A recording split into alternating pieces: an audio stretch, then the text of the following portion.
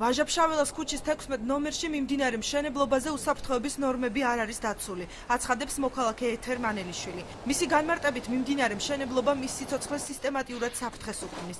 დაზარალებული უფლებების დარღვევის გამო უფლებადამცველ არასამთავრობო ორგანიზაციებს საკითხით დაინტერესებას თხოვს. ჩემს გვერდით მიმდინარეობს ბინათი მშენებლობა, უკვე მესამე წელია ვიმყოფებით, როგორც მატერიალური ზარალი მოგვაყენეს, ისევე ფსიქოლოგიური, მორალური ზიანიც მოგვაყენეს.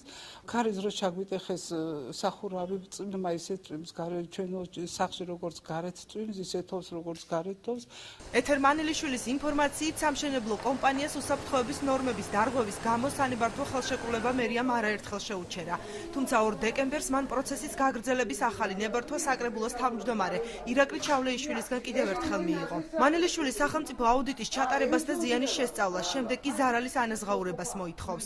არაერთხელ დააჯარიმა ზედამხედველობის სამსახურმა ეს მშენებლობა როგორც უსაფრთხოების არანაირი ზონები არ იყო მიღებული. ჩავლეიშვილის ხელწერალის 2 დეკემბრის ბრძანებით განახლდა მშენებლობა.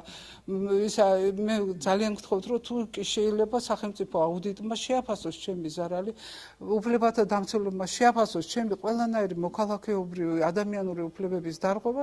საკითხთან დაკავშირებით საკრებულოს თავმჯდომარე მოუცელობის გამო კომენტარზე უარი გვითხრა. მერიის ზედამხედველობის სამსახურში აცხადებენ, რომ კომპანია DS-ი უსაფრთხოების ნორმების პროექტისა და ეტაპების დარღვევისთვის სულ 3ჯერ ჯამში 11500 ლარით დაჯარიმდა.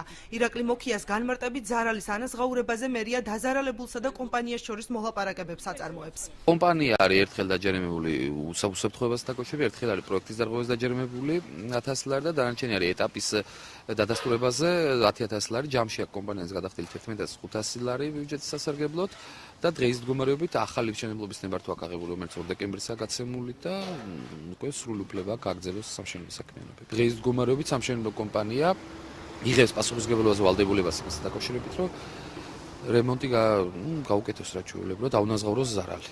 კომპანია DS-ში საკითხზე სატელევიზიო კომენტარს არ აკეთებენ. სატელეფონო საუბრებში ირწმუნებიან, რომ ობიექტზე უსაფრთხოების ნორმები დაცულია.